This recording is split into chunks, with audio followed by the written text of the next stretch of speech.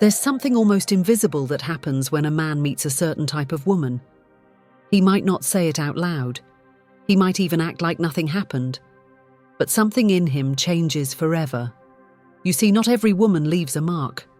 Not every woman is remembered. Not every woman is unforgettable. But when she is, it's not because of what she wore, or how she looked, or even what she said. It's because of what he felt when he was around her. Something he couldn't name. Something he couldn't escape. And even if he won't admit it, especially if he won't admit it, this kind of woman always leaves a scar. Not the kind that hurts, the kind that lingers. And the truth is, any woman can become that kind of woman. Yes, even you. Because this isn't about perfection. It's about presence. It's not about being the most beautiful woman in the room. It's about being the most aligned woman in the room. When a woman is deeply rooted in her own power, her energy becomes unforgettable. Not because she tries, but because she is. This is what Louise Hay always taught us. That your outer world is a reflection of your inner beliefs. And if you believe you are not enough, the world will reflect that.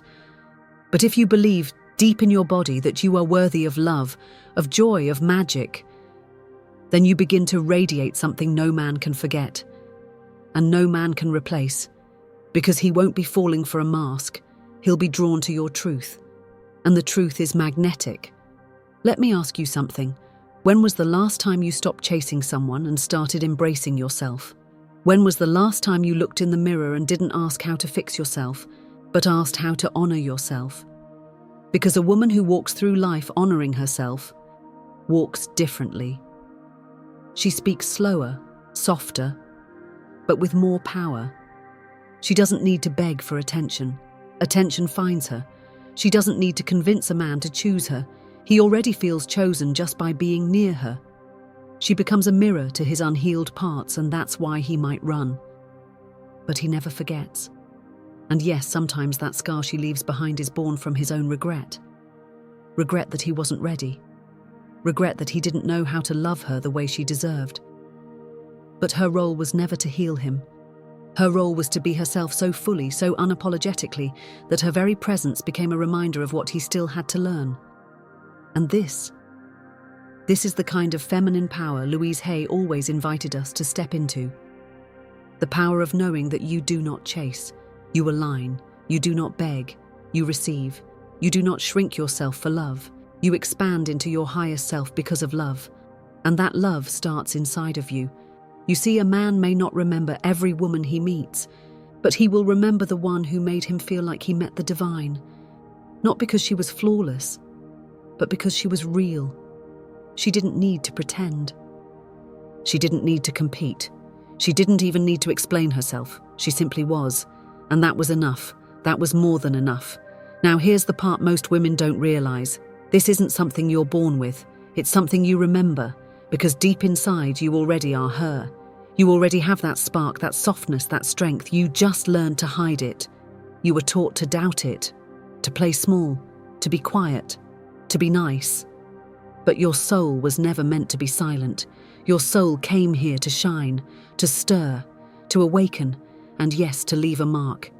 Even if he can't name it, even if he won't admit it, even if he tells himself he's moved on, he hasn't, because that version of you, the woman who chose herself first, left behind something far more powerful than memory. She left behind truth, and truth echoes. Truth ripples through his thoughts late at night. Truth lingers in the women he dates after you, but doesn't feel the same with. Truth whispers through the silence when he's alone, reminding him of what was real. And it's not because you were better, it's because you were you. And when you are fully you, the world cannot help but notice, and he cannot help but feel it, because energy doesn't lie. And a woman who embodies her own healing becomes unforgettable, not because she needs him to love her, but because she finally learned to love herself. There is a kind of woman who doesn't walk into a man's life. She arrives, like a season, like spring after a long winter. And no matter how hard he tries to rationalize it, something in him stirs, something that cannot be explained, but only felt.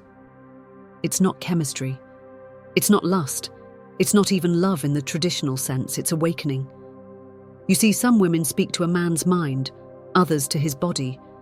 But this kind of woman, she speaks to his soul. And a man may not be able to put it into words, but something inside him knows. He has just encountered someone who isn't here to play games, someone who doesn't chase approval, someone who doesn't need him, but chooses to love from overflow. She's not trying to heal him. But by simply being in her energy, he begins to see himself more clearly. And this, for many men, is terrifying, because she doesn't reflect his ego, she reflects his essence. And for a man who hasn't yet met his own truth, that kind of mirror feels like fire. But fire doesn't just burn. Fire purifies. And whether he stays or goes, he is changed. He might try to forget her. He might distract himself with others. He might build walls higher than ever before. But she still lives somewhere inside him, not because she tried to stay, but because she never pretended. Louise Hay would say, "When we truly love ourselves, everything in our life works." And that is the secret most women never told us. When you're in alignment with yourself, you don't have to fight for love. You become love. And love, real love, cannot be chased. It must be received. So let me ask you, how often have you dimmed your light just to be understood? How many times have you softened your boundaries just to be chosen? How many times have you made yourself smaller, quieter, easier, just to avoid rejection? And yet, every time you did, a little piece of you whispered, "This isn't it," because deep down you knew. You were not born to be almost. You were not created to be convenient. You are not here to be liked. You are here to be true. And truth may scare some. But for the right heart, your truth will be irresistible. He may not understand it now. He may not have the language, he may not be ready. But the impression you leave is not dependent on his readiness. It's rooted in your radiance. Radiance is not loud. It's not showy. It doesn't need validation. Radiance is the quiet knowing that your presence is a gift, that your heart is a sanctuary, that your voice matters. And when a man comes close enough to feel that, he never forgets it. Because the scar you leave isn't damage, it's depth. It's the space where you touched something in him that had been asleep. And even if he walks away, that part of him never fully returns to sleep again. He might go years without understanding what happened. He might not realize until much later that you were never asking to be loved. You were loving yourself right in front of him. And that in itself was the most unforgettable thing of all. You didn't need to prove your worth. You embodied it. You didn't need to win his heart. You were too busy listening to your own. And even if he couldn't hold that kind of energy, he remembers how it felt. Because he may meet many women who want his attention, but very few who command his respect. He may find many who speak to his desires, but only one who stirred his awakening. And that woman, that's you. Not the version of you who tries to please, not the version who waits to be chosen, but the one who remembers she already is. Louise Hay would remind you, "I do not fix problems. I fix my thinking. Then problems fix themselves." This is why the most unforgettable women are not chasing love. They are choosing their thoughts with care. They are choosing their beliefs with intention. And through that, they choose their reality. A man who loses a woman like that isn't wounded because he lost her body. He's wounded because he lost access to the peace she carried within her. That rare, sacred energy of a woman who knows who she is. The kind of woman who, even in silence, says, "I am not here to be owned. I am here to be witnessed." And that witnessing changes him, even if he can't explain why, even if he tries to forget. He won't. Because your presence didn't come from effort. It came from alignment. And alignment doesn't shout. It whispers. It sings. It hums in the background of his memories like a melody he can't quite place, but always returns to. And the more he searches for it in others, the more he realizes it wasn't about the way you touched him. It was about the way you saw him and the way you saw yourself. because nothing is more magnetic than a woman who sees herself clearly. There comes a moment, often quiet and unnoticed by the world, when a woman decides she's no longer going to abandon herself in the name of love. It doesn't come with fanfare or dramatic declarations. It's more of a soft revolution, a gentle reclaiming. It might happen after a heartbreak, or during a morning she wakes up and no longer recognizes the version of herself that kept settling. Or maybe it happens when she sees her own reflection and finally meets her own eyes with compassion instead of criticism. That's when everything begins to change. Because when a woman stops betraying herself to be loved, something powerful awakens within her. It's not arrogance. It's not indifference. It's a sacred self-recognition that echoes into every room she enters, every conversation she has, every boundary she sets. And the men who encounter her, especially the ones who don't understand their own hearts, will feel that echo long after she's gone. A woman who has remembered her worth walks differently. She listens differently. She no longer fills the silence with explanations or justifications. She no longer feels the need to edit herself just to make someone stay. Her energy becomes medicine to some and a mirror to others. And for the man who carries unresolved shadows, she will reflect everything he's been avoiding. Not because she wants to fix him, not because she needs to be the one, but because she simply is. And her being is disruptive to any illusion he still clings to. This is the kind of presence that leaves him scarred, not wounded, but awakened. Because once a man feels what it's like to be in the presence of a woman who is whole, he can't go back to chasing the empty. He can try, but it won't taste the same. It won't feel the same. Something will always be missing, and he won't be able to name it, because what's missing isn't external. What's missing is the version of him that she briefly awakened, the version that caught a glimpse of his own truth while standing beside hers. This is why it's never about being the one who got away. That phrase makes it sound like a race, like something to win, but you're not a prize to be claimed, you are a presence to be experienced. Louise Hay reminded us that when we change our thoughts, we change our experiences. And when a woman truly believes that her presence is enough, her experience of love is no longer one of chasing, it becomes one of attracting. She draws in not what she hopes for, but what she deeply believes she deserves. And here's where the dynamic shifts. The man who used to hold the power now finds himself disoriented, because he cannot control, seduce, or manipulate a woman who knows her own value. His usual tactics dissolve in the face of her authenticity, and that discomfort, that feeling of being seen and yet unable to perform the way he used to, that is what leaves him scarred. Not because she harmed him, but because she forced him to confront the version of himself that is still unhealed, still searching, still afraid. What most people don't understand is that men aren't only impacted by who you are when you're with them, they're deeply moved by who you become after them. That is the mark of a woman who lives consciously. She doesn't crumble, she doesn't beg, she doesn't fall apart, she transforms, she uses the experience, the silence, even the pain, and turns it into fuel. She learns, she grows, she softens in some places, strengthens in others, and she keeps walking forward with grace.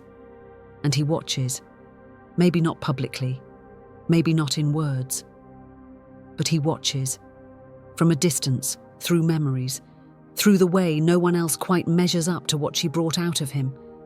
And he begins to realize something. He didn't lose her because she was too much. He lost her because he didn't yet know how to hold something so real. Louise Hay taught that self-love is not vanity, it is sanity. And when a woman truly begins to operate from this inner place of worth, she no longer negotiates with confusion. She no longer waits in the hallway of uncertainty. She no longer accepts breadcrumbs when she knows she was born for a feast. And it is this clarity, this unwavering peace she carries that makes her unforgettable. Because she is not just walking through the world hoping to be loved, she is walking through the world as love itself. And love in its purest form is rare. Not because it's complicated, but because so few people are willing to let go of the fear, the masks, the old stories that keep them from embodying it. That's why he may act like he's fine, like he's moved on, like she was just another chapter in his story. But the truth is, some chapters are written in ink that never fully fades, and she was one of them. The kind of chapter that, even years later, he rereads in his mind during the quiet moments. Not because he misses her body, but because he misses who he almost became while he was with her. That's the scar. That's the ache. The silent realization that he brushed up against something sacred and let it slip through his fingers. There is a moment, subtle and quiet, when a man begins to understand that what he thought was just another connection was actually a turning point. Not because she tried to teach him something, not because she corrected him or asked for more, but because her very existence carried a different vibration. A frequency unfamiliar to him, one that didn't beg for attention, but radiated clarity. It's in hindsight that he begins to notice how safe it felt to be in her presence. Not because she made it easy for him, but because she made it honest. And honesty is something most people crave deeply but fear just as much. Because to be around someone who doesn't dilute herself, who doesn't perform, who doesn't conform to the shape of someone else's expectations, requires that you also meet yourself with the same rawness. That's what he remembers. Not the details, not the dates, not even the words, but the energy. That rare, grounded presence that held space without judgment and yet somehow held him accountable without even trying. It's strange how the soul remembers things the mind tries to forget. How the body reacts when it senses a familiar truth, sometimes in dreams, sometimes in silence. And even when he's moved on, even when he's laughing with someone new, there's a part of him that remains unsettled. It's not guilt. It's not longing. It's a kind of echo, a resonance. The recognition that he experienced something more than attraction. He brushed against a woman who embodied alignment. And when you've been touched by that kind of energy, the superficial no longer satisfies. Louise Hay always said, "The point of power is always in the present moment." And what he lost without realizing it at the time was not just her presence, but his own power to rise to meet her in that present. Because to match that kind of woman means he would have had to let go of his ego, his fear, his control. And maybe he wasn't ready. But readiness doesn't erase the impact. It only delays the understanding. The truth is, she never needed to be remembered. She didn't live for his recognition. Her power was never dependent on his memory. But life has a way of teaching through time. And what she planted in him, the seeds of awareness, the taste of depth, the glimpse of what it feels like to be truly seen, those things begin to grow long after she's gone. Sometimes they bloom in moments of solitude, sometimes in contrast when he meets someone who doesn't carry the same peace, and he starts to realize that peace is not just a quality, it's a choice, one that she made every single day. And he didn't notice at first because it wasn't loud, it wasn't dramatic, but it was consistent. She wasn't offering chaos wrapped in beauty, she was offering stability wrapped in softness, and that kind of offering is rare. Because it's not born from performance, it's born from healing. And healing, as Louise Hay emphasized, begins in the thoughts, in the quiet repetition of affirmations, in the forgiveness we extend to ourselves for staying too long in places that never saw us. That's what made her different. She wasn't just a woman who had been loved. She was a woman who had loved herself through her own evolution. And every man who crossed her path felt the effect of that self-devotion. Whether they stayed or left, whether they understood it or not, they were all impacted. Because energy like that can't be faked, it can't be copied, it can't be rushed. It's cultivated through presence, through patience, through pain, transmuted into power. That's what makes her unforgettable. Not the way she made him feel about her, but the way she made him feel about himself. And that's what leaves a mark. That's the scar he'll never admit to carrying. He won't say it out loud.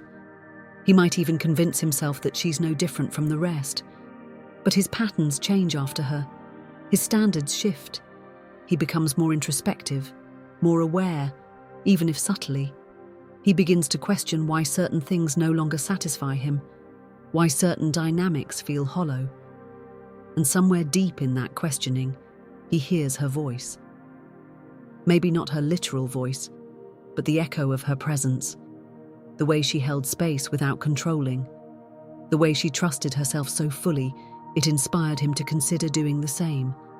And that consideration, that shift, is where the scar lives, not as a wound to mourn, but as a memory that awakens, a memory that lingers, a memory that reminds him of the man he almost became when he was in the presence of a woman who had already become herself. In the end, it's not about whether he admits it. It's not about hearing him say the words or watching him come back or needing some grand acknowledgement. Because the woman we've been speaking of, the one who leaves a lasting scar, isn't attached to being understood. She's committed to being herself, fully, softly, fiercely. She walks away not because she wants to be remembered, but because she chooses to remember herself. And that is what haunts him the most. Not the goodbye, not the silence, but the way she left with peace in her eyes and wholeness in her heart. You see, when a woman learns to return to herself, to honor her voice, to trust her own path, she becomes timeless. And that kind of energy, that kind of depth doesn't fade when the relationship ends. It continues to echo in his choices, in his dreams, in the way he sees the world after her. He may not show it. He may not speak of it. But she changed something inside of him, and not because she tried to, but because she refused to abandon who she was. And maybe that's the most powerful thing any of us can do, to live so rooted in our truth, so devoted to our growth, so full of our own love, that we become living proof of what's possible. We become reminders to those we meet. We awaken others just by being who we are. So if this message resonated with you, if you saw yourself in her, or if you want to become her, then I invite you to take this moment not just as a reminder, but as a calling to return to your center, to heal your thoughts, to love yourself in ways no one else ever taught you. Because your presence matters. Your energy leaves a mark, and someone somewhere will carry the memory of you, not because you were perfect, but because you were real. And if this touched something in your soul, I would love for you to help me share this message with more women who might be right now doubting their worth, shrinking their voice, or forgetting their power. Please give this video a like, leave a comment telling me how this made you feel, or share it with someone you love. Every time you interact, you help this truth reach hearts that need it. And maybe, just maybe, you'll be the reason another woman remembers who she truly is. Thank you for being here, for opening your heart, and for walking this path of self-love, awareness, and healing. I'll see you in the next video. I'm sending you a soul-deep embrace.